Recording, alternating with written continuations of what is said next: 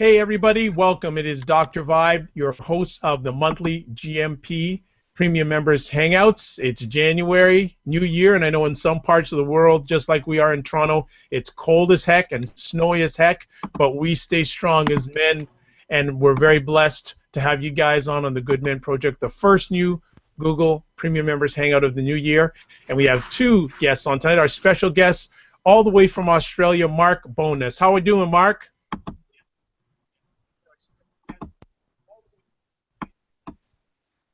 Mark, can you hear us? Awesome. Great to be here. Okay, so we're experiencing a little bit of delay with Mark, so everyone just bear with us and it'll all be good. And we have Larry Portzine. Yes. Okay, Larry Portzine, how you doing, Larry? I'm doing very well, thank you. It's pronounced Portzline, but that's close enough. Portzline.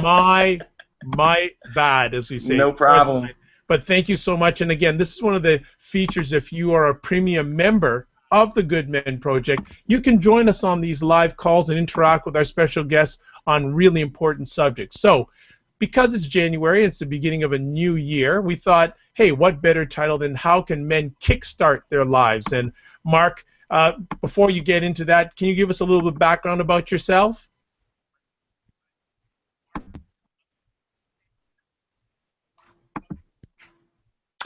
Yeah, essentially, I took myself from the absolute darkest place in my life. My marriage was over, and I tried to end my own life. As a result of that, I totally transformed my life and took it to a whole new level. And I help people on that journey of life transformation. Excellent. And Larry, can you give a little background about yourself? Yeah, I've been a writer for about the last 25 years professionally. I've worked in state government. I've been a newspaper reporter, done all kinds of different things. I've written a couple of books. My most recent one is called Follow Your Enthusiasm, and it's about 12 guys who discovered encore careers. It's been a big issue for me over the last 10 or 15 years as I talk to a lot of male friends my age who are sort of going through the same thing with careers and asking themselves, what's next? And that's great, and that may be a good conversation piece for us to start off with Mark to discuss about it being the beginning of the year, and Larry was just sharing about, you know, kickstarting your life or finding more in your life as a man. What can you share from your own experience and background, and then maybe piggyback on men in general on how they get to that point in their life and their life needs a kickstart?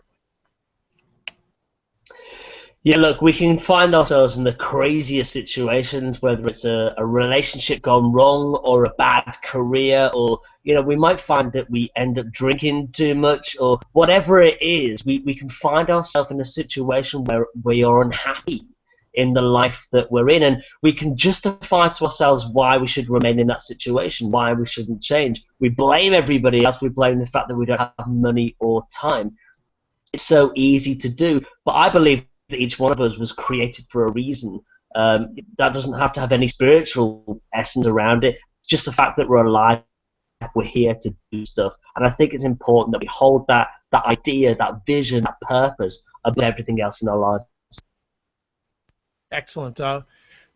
With Mark, also, the men that you're talking to, and Larry, you're certainly more than willing to just join the conversation here. Just not another handsome face just hanging out there. So please, it's your show. It's your show too. But Mark, what are men telling you about their lives, and what are they looking for? What areas of their lives are they looking for a kickstart from?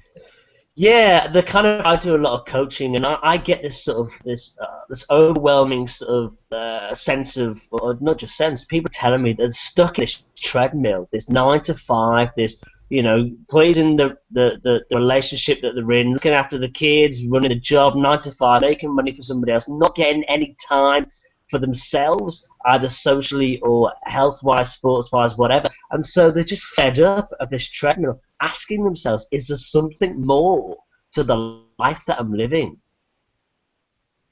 Larry, and I know that you had shared some of these things in what you've shared with us in the conversation already. What are the guys that you're hanging with? Are they saying similar things to what Mark has been sharing with us? Absolutely, the exact same things. One of the reasons I decided to write my book was because I'd been having those kinds of conversations with friends, male friends of mine, for many years, and we were all saying the same things. You reach a point, and some of it is, they call it midlife crisis, but I think there's more to it than that. A lot of it is just, you don't suddenly wake up one day and say, what's the second half of my life going to look like? It's a long process. And I know too many guys who are in jobs where they feel like, this is not me anymore, this isn't what I signed up for. And they're ready to do something else, and a lot of times they want to do something that really gives back to people too. Good stuff. Mark, what was that point in your journey where you said, you know what, I got to kickstart it? What caused you to kickstart your life? Yeah, I got to this point where I was in, I'm one of 6 children. I was brought up in the church. I went on to study theology in my degree. I became a church leader. So I was speaking in churches at events around the UK. I was taking young people to Africa. So for all intents and purposes, I was the role model sort of Christian guy that lived this great life, was a good guy that everybody looked up to. Underneath, I was at university, I met a girl, we got engaged, we got married, and our marriage was falling apart badly, and I was struggling with this tension of the role that I was people looked up to me with, this church leader role, the good Christian leader, and yet knowing that my relationship was falling apart. So no matter what sphere of life it is, it's that tension between the way that we have to project ourselves at work or with clients or whatever, and yet underneath we don't feel like we're living that life, that happiness in our life that we should be feeling. I got to that point. And Larry, are you hearing the same sort of thing either from personal experience or the guys you hang with? Yes, absolutely. The idea of authenticity, trying to live an authentic life and feeling that you have a purpose. And part of the process too is, and I'm sure Mark can really speak to this as well, if you reach a point where you're unhappy with your job, especially, your job is a way that you're identified for so long, especially if you're with the same company for a long time. Like, I realize these days not so many folks are with the same company Absolutely. for years and years. But, if you identify with your job so much and your job just isn't you anymore, you start to think, I have to do something else, and if I'm going to do something else, it better damn well be something that I absolutely love, something that makes me want to get out of bed every day. And that is absolutely crucial. If you're going to make a change, it's got to be something like that, something you really, really want to do, so you can live that life of authenticity. Mark, what is the state of manhood, in your opinion, as we are entering 2014? Yeah, look, just to quickly go back on what Larry's just said, because I think it's important. Sure, absolutely. When we look at our jobs, and we've put our life into our jobs, and as Larry said, it's our identity, it's who we are, and then we realise that we don't want that anymore. Then we struggle with the question, who am I? Who am I? If I'm fed up with this job, if I don't like it, then what am I now? And we've built our identity around our job. So it's a really important challenge that we have to work through as guys. So just following up my next conversation piece, Mark, then what are you, let me roll back from the state of manhood. How much of a man's growing up years, rightly or wrongly, are affecting the state of manhood in 2014? I think it's kind of a bigger problem that we realise, because we all go through our sort of childhood, and we're either the cool kid, at school, and everybody looks up to us, and we're great at sport, and that transition does not follow through. That success at school does not transition into our careers or our relationships. We were doing great then, and we're struggling now, or the reverse, that weren't doing so well at school, and we might find that we're struggling in life too. The life that we've kind of grown up into formulates the way the image that we have of ourselves. And once we kind of get into the outside world and that image is changing, and we're struggling to discover who we are again because life has changed to how it was at school, it can be this real kind of tension that we have to work through. Anything you want to add to that that he just shared, Larry? I couldn't agree more. It's the absolute truth. As you're growing up, a lot of people find themselves in careers by accident. They find that they're good at one thing. You take some accounting classes in high school and you're good at it, and then you go to college and you sort of by default become an accounting major, whatever the major might be, poli-sci. Your parents encourage you, your teachers encourage you, and you think, okay, well, I'm not sure what I want to do, but I'll go to this. And you get out of college, and then you get into a career, and you think, well, maybe I can make this work. 10 years later, 20 years later, you're miserable because it wasn't you. You finally figured out what you wanted to do, but you were in the middle of another career. And, boy, that can just pull the rug out from under you in so many ways. Psychologically, emotionally, in your family, you just feel like, oh, my God, what have I done to myself? Good stuff.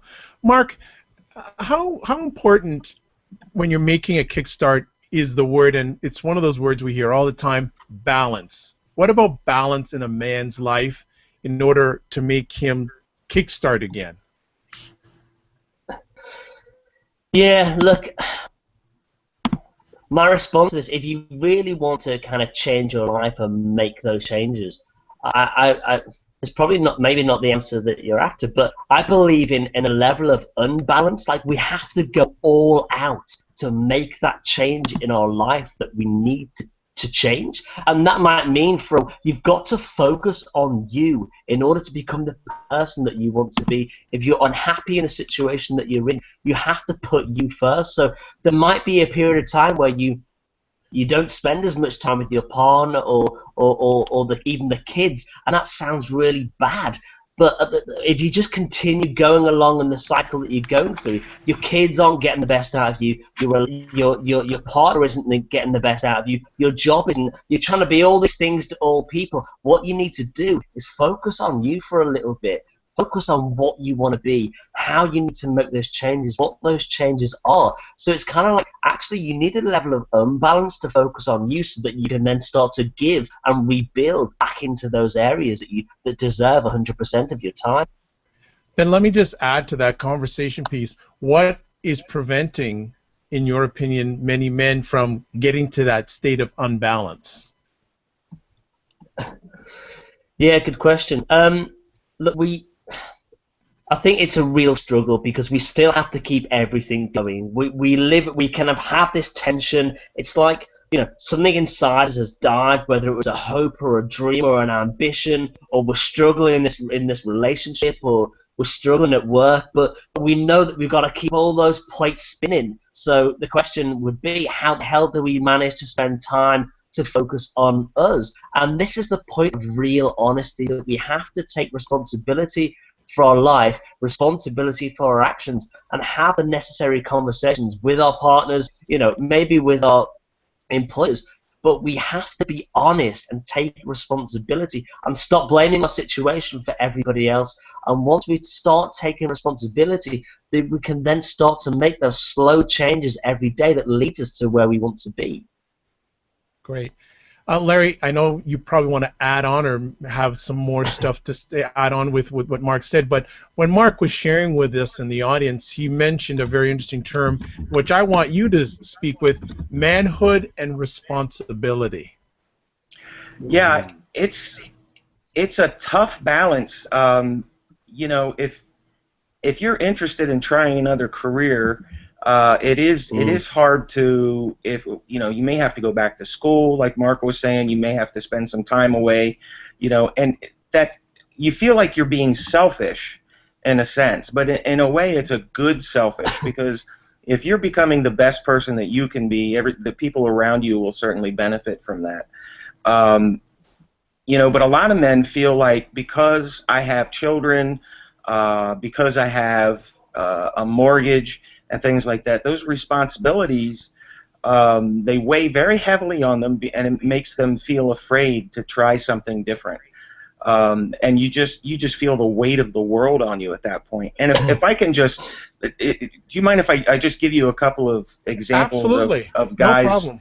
guys that are in my book? I'm not trying to plug the book, get it or not, it doesn't matter to me, but I was absolutely fascinated interviewing these guys and hearing their stories and how similar they were to each other, and I mean, there's a lot of differences between them, but the core facts of these life changes that they made are very similar in a lot of ways.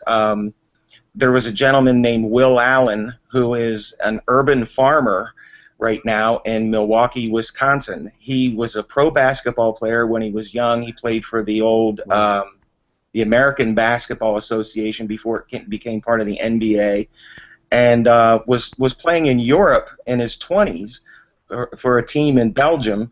And when he was a kid, he had helped his family on their farm for many years growing up. And when he went away to college to play basketball, he said, "I'm never going to farm again. I don't want to do this."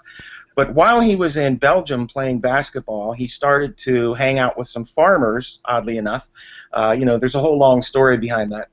But he started planting some seeds and doing a little bit of farming in his backyard, and he suddenly rediscovered this and decided that he loved it. And jump ahead a few years, he's living back in the United States, and he's starting to farm and sell his food, in Milwaukee, in the city, taking it into a farm stand, and bought an old florist shop with some land around it and started planting food there. Neighbors started coming over, asking. I mean, he's literally in the middle of the city, okay? And neighbors are coming and asking about the farming and so forth. Well, it grew organically, no pun intended, from this tiny little urban farm in the middle of Milwaukee to an international organization that now helps people all over the world, literally all over the world, learn how to do urban farming, because you can farm That's huge. just about anywhere. Now, this is a guy who he wanted to play basketball, and now he's changing lives all these years later. He's now in his 60s. Huge life change, and those are the kinds of people that I find incredibly inspiring. And it took an awful lot of work for him to get there, but he got there.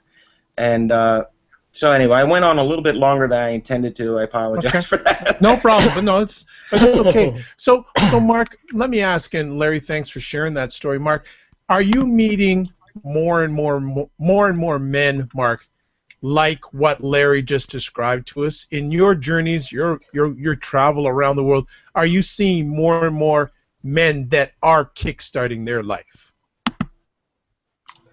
Yeah, I absolutely am, and just sorry to do this again, but to go back on what Larry's just said, it does connect, which is that Larry mentioned about the fact that we don't have time. That if we need to change or want to change our careers, that we need to retrain, or if we need to get some money in somehow, how do we have the time to do that? And yet the thing that I challenge people on is that I guarantee that when people are stressed, whether it's because of their relationships, jobs, career, whatever, but you find the time for the negative things in your life that help you through that stress. You find the time to go drinking with your drinking buddies. You find the time to go out and have a smoke.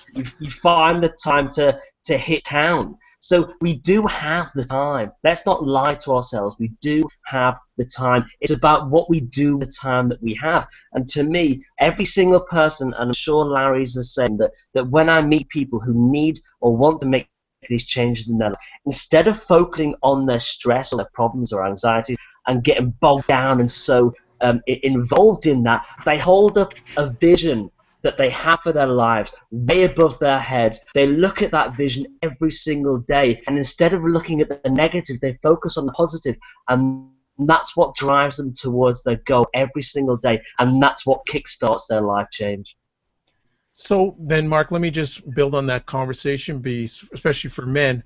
What are the greatest, how can I say, stealers of men who kickstart in your program? What causes them to, I don't know what the term is, jump off or get stuck in a rut or get on their way? What's getting them back in the rut from the kickstart they make? Yeah, and look, it's that negative attitude, not just negative attitude. It's it, it's the perception of the situation that we're in. Which, look, we can all be in some really tough times financially, trying to meet those bills or whatever. But it's that cycle, and I call this. I there's a chapter in an ebook that I've produced, which is the darkness is our downfall. And when we start to spend time drinking, or we run to these things in the darkness just to escape for a while, for me it was alcohol. I was drinking 4 or 5 cans of beer a night, and that spirals, because when you're in clubs with friends or on your own, and you might be in a relationship, but your mind is in that really bad place, and you start, chatting with a girl just to make yourself feel good, but you know that you're in a relationship. This spiral can just fall apart massively, and suddenly you're struggling with guilt, with situations that you've been in, and then it's hard to get that positivity. It's hard to change your life because you just full of this guilt, whether you've cheated on your partner or whatever. This stuff happens, and it's that when we get into that place, it's hard to jumpstart yourself, to take yourself back up to the next level. Right. Larry, what caused you to kickstart your life? What was the moment or the event that caused you to kickstart your life? I'm still working on it. Go on, right. You know what? It's a work. You know what? It's great. It's a work. Why just have it one event? Make it an ongoing journey. But what started the kickstart for you? I think turning 40. Like a lot of guys at that age. I mentioned earlier. About the midlife crisis. It's a reality for a lot of people. You start to become dissatisfied with a lot of different things. And with me, it's not a drastic change, because I want to stay a writer. I want to continue to be a writer, and have been for 25 years. So I'm not going off and doing something completely different. But for some people, it is sort of they suddenly reach a crisis point. And again, some of the guys that I wrote about in my book, they went through that. There was a guy who was worked for an auditing firm, just suffered burnout, and got to a point where he thought, I can't keep doing this. I have to do something else. And he eventually went back to school, got his PhD, and became a professor. There was another guy who was thrown into it, a guy named Ernie Bjorkman, who was a very popular anchorman, TV anchorman in Denver, who actually lost his job at the age of 57 because of a merger. Two of the TV stations merged. And the funny thing is, he had always dreamed of becoming a veterinary technician. There's sort of the vet techs are the people that take your dog back when you get to the vet. It's something that he literally wanted to do all of his life, get into veterinary medicine. He had started taking some classes, and when he lost his job, he was at the TV station. He was actually able to walk right into a veterinary job. So, for some people it's a sudden change, and for other people it's a very long, slow process. But either way, it can add so much turmoil into your life, and you get to a point where you think, I have no idea where to go next, and you really have to dig deep and try to figure it out. And lots of times the first question should be, what do I really want to do? What do I really want to do in my life, and how can I start working to achieve that? What's the first step? And I'm sure Mark can really relate to that too. Yeah, well, you know what? I want Mark to build on that. Before that, I just want to slide something in that, Larry, you'd mentioned that age of 40 in a man's life is for a lot of men a very critical time, because a lot of times when a guy reaches 40, he looks at his life and saying, hey, I'm not a young guy anymore, but I'm not an old man. And one of the things I've noticed with a lot of men that I speak with or share with, they like things straight, right on. And instability, sometimes a lot of us guys, we don't handle it well. That's very true. Yeah, absolutely. Right. So Mark, yeah, and Larry had said that you may want to build on what he had just shared with us. If you want, certainly go ahead. Yeah. This is a huge passion of mine. My life situation, it's great to hear Larry's examples of people that he's met, and so inspiring. So I want to share kind of a little bit about my story because it's important that my marriage was over. I'd hit rock bottom. I tried to take my own life. As a result of my marriage being over, I had to leave the church. So my marriage was over. My income stream was over because the church didn't recognize divorce. I was rock bottom, drinking 4 or 5 cans of beer. Tried to take my own life. In that moment, it was the breakdown was the beginning of the revelation of the purpose for me. I began to understand this. I had this awakening experience that we live life once on planet Earth, and that knowledge transformed what I did. Within 3 months, having no money or anything, I launched a business that was an international success. I leased a 200-acre island in Fiji with no money. This business was on Good Morning America, Today Show, New York Times. It was filmed for 18 months. It became a primetime BBC 2 show that aired in the UK and America. And the reason I'm saying this is because it was the power of self-belief. And just to elaborate on what Larry said, for me it's more than what do I want to do, but the question that I ask myself is what was I created to be? And that's powerful. Why am I here on planet Earth? Because I'm not here by accident. I'm here for a reason. And that's what I want to encourage people to discover. Because once you unlock that, you take your life in a different direction. So I want to build on that conversation piece then, Mark. How does one find out what they're created to be? Like Yeah, you can use your example, but how did they find out? Because obviously, well, I don't know.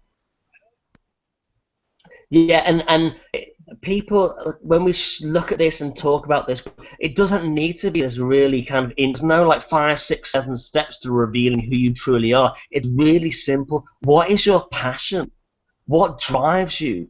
What motivates you? Put your energy and focus and attention into that, because that passion that you have is a part of you. It was created within you for a reason. Is your passion, I don't know, is it golfing? You know, is that a direction that you should go in with something? Do you care about homeless people? Do you have a passion for a business or a product?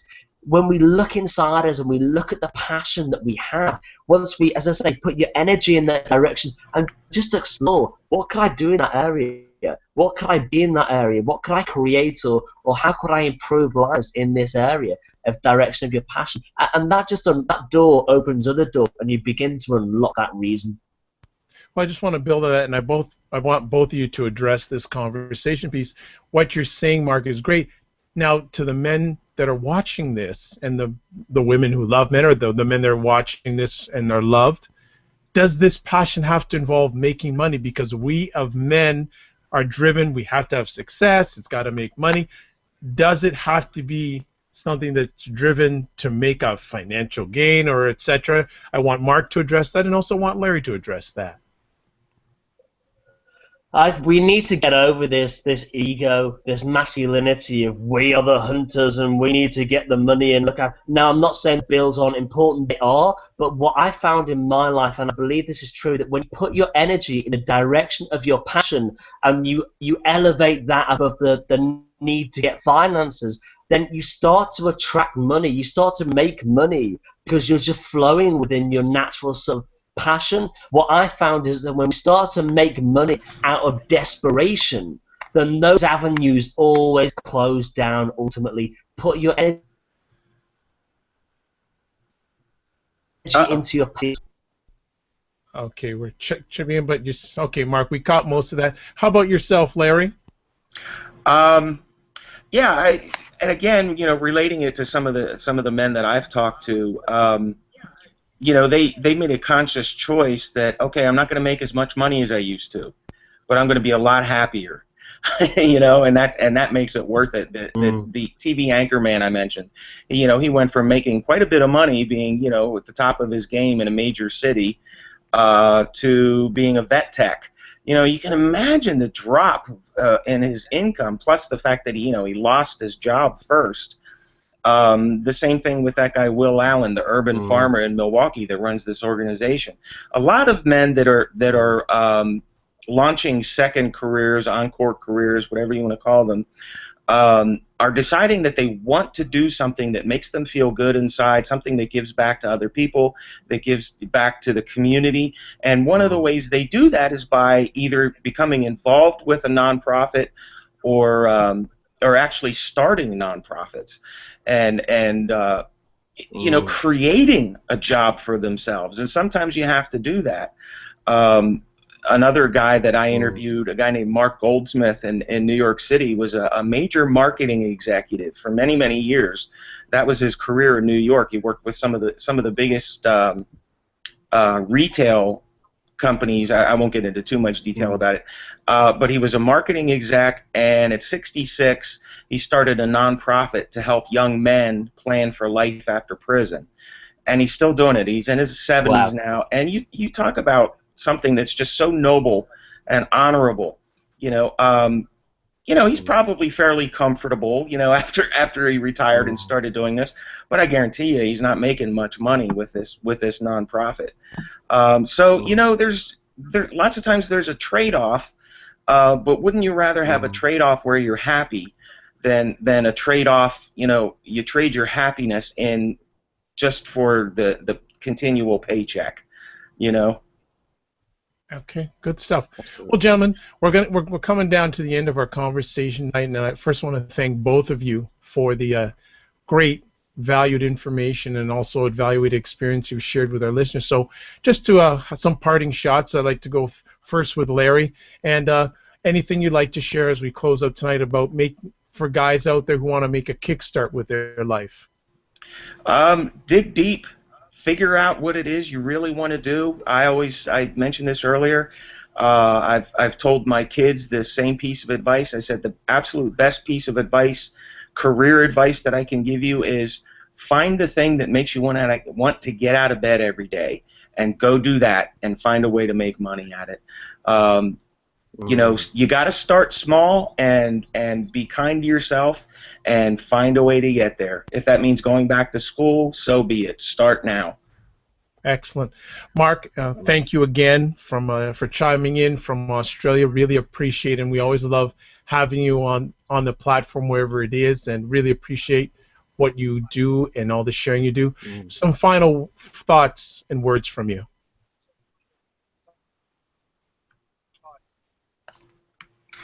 When people are asking what should I do, how do I get out of a situation or how do I make a change, I really encourage people just to get in a room or to go for a walk and meditate on the fact that we live life once, that you are here once, that life is a gift, that it's an opportunity, that it's precious, and allow that truth to sink into your heart and into your mind, and then reflect on that truth. So how do I want my life to be, knowing that I am here once, and allow those answers to take you in an amazing direction. Excellent. Well, before we let you both go, how can people connect with you? So, Larry, how can people connect with you, sir?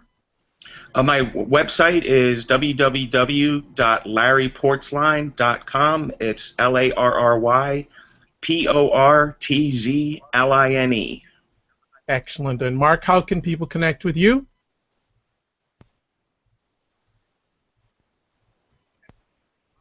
Okay, I think we my site is lifechangetherevolution.com. That's lifechangetherevolution.com. Or sign